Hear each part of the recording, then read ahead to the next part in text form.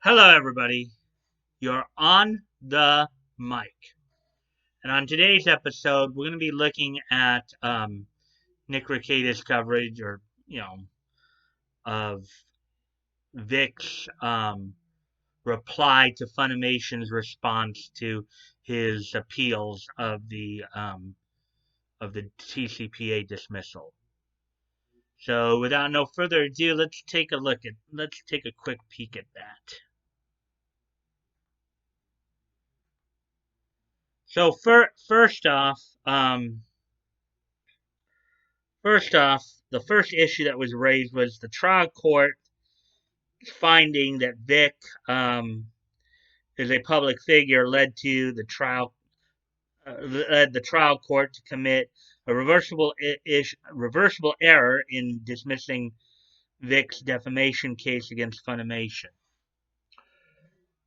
Um, the fact is that Vic is definitely not a general purpose public figure as defined. Basically, a general purpose public figure would be somebody like the president of the United States or a major Hollywood star. You know, basically for a general purpose public figure, you'd have to basically be able to go out in the street and have everybody recognize you.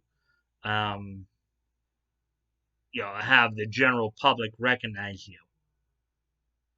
As for a limited purpose public figure, that that was still a little bit more trickier in that the way they define it, of course, is the main question in whether or not Vic is a limited purpose public figure was, did he himself try to inject himself into the conversation as to whether or not he was what they were accusing him of.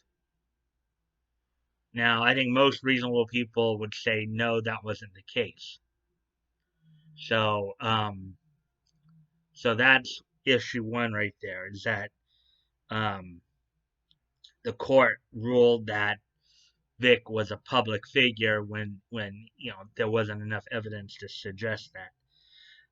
Issue number two: Funimation LLC published tweets, um, or Funimation's published tweets are reasonably construed as an accusation of sexual misconduct against Vic.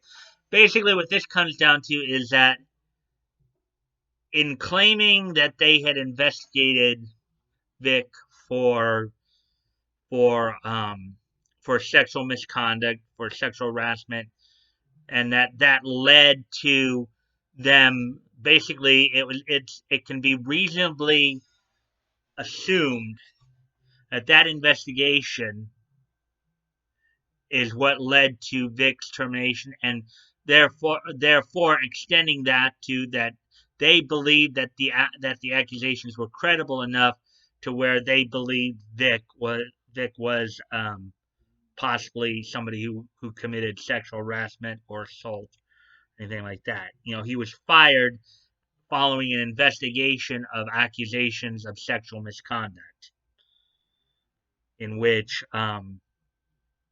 Funimation's published tweets um,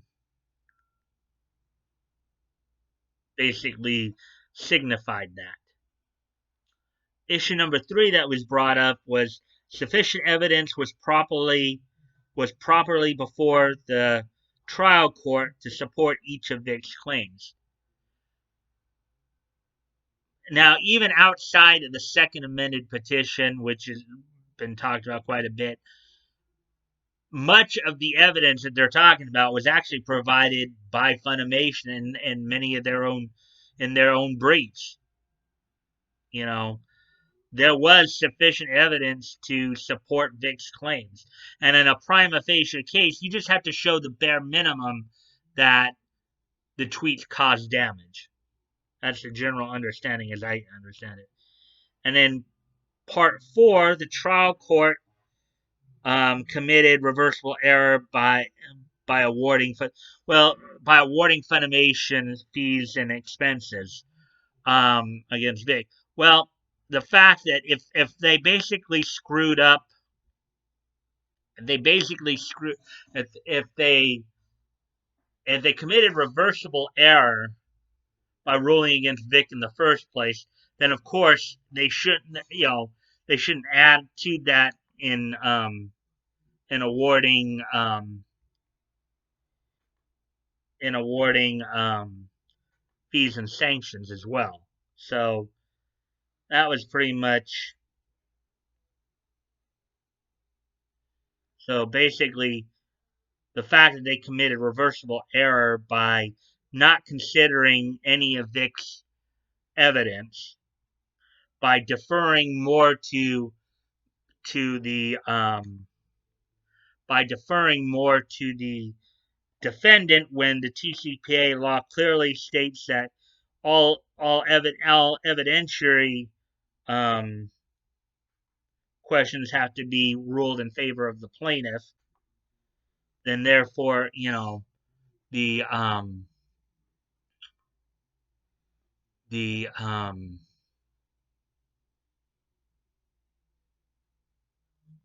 the award should not have been filed in the first place. So that's basically what it came down to. It's that the evidence, Vic's evidence was not considered by Judge Shupp when it should have been. That's basically what it comes down to. Funimation's own tweets were defamation and what led to the other charges as well. So, with that all being said,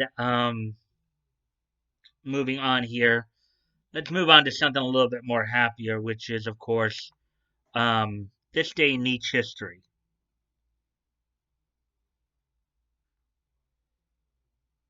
Um, so, what happened on this day in niche history? What happened on the days, today being June 23rd, 2020, what happened on this day in niche history? So, let's take a look back over what's happened on this day in niche history. First off, on this date, 70 years ago, back in 1950, DC Comics, as National Comics Publications, released the 115th issue of All American Western. All American Western was basically a Western anthology that that continued the numbering from All American Comics, with the main feature, of course, being Earth One's Johnny Thunder. The Western hero Johnny Thunder, John Tane, not to be confused with Earth 2's Johnny Thunder and the Thunderbolt. Under, of course, the DC legendary editor Julius Schwartz. So on this date in 1950, All American Western number 115 was released on the newsstands. Then we move ahead 20 years to 1970, 50 years ago today. On this date in 1970, Lonnie Moondog Mayne would regain the NWA Pacific Northwest Heavyweight title from the Claw in Portland in the Pacific Northwest Territory. Moondog Mayne would regain the NWA the NWA Pacific Northwest Heavyweight title from the Claw. And also on this date in 2005, the TV drama series Attack Number 1 would complete its run. This is completed its run on TV Asahi. The drama series Attack Number 1 was based off of the manga of the same name. So on this date in 19 on this date in 2005, 15 years ago today, the TV drama series Attack Number 1 would complete its run on Asahi based on the manga of the same name. And with that being said,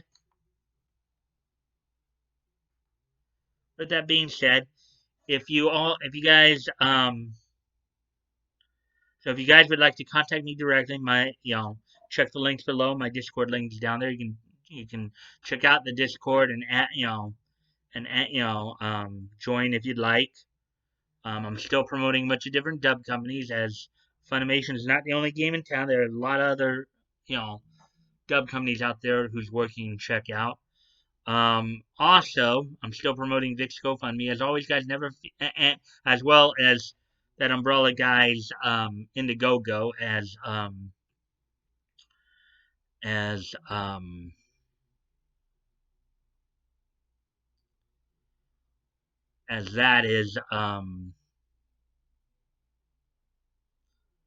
as that is, that was extended, so that's still going on. As always, guys, never feel like you have to donate. If it's on your heart to do so, and you have the means to, please consider donating. If you've already, if you've already, if it's on your heart to do so and you have the means to do so, please consider donating. If you've already donated, please consider donating again. And if you cannot donate, you can still help out the cause by sharing the link. Sharing is caring, and you never know. Maybe somebody in your circle of friends may want to help out. And as always, guys, if you like this content, please consider liking, commenting, sharing, and subscribing. I always look forward to the conversation with you guys as long as they're civil and respectful. Um, and also, don't forget, Friday night will be my next Voice VA premiere. Voices Big and Small. This week we'll be looking at Houston-based voice actor Blake Shepard. And also, guys, I also will be doing some trial streams over the next month here. The first one being this Sunday at 7 p.m. So I hope you guys will come check those out. And until tomorrow, bye.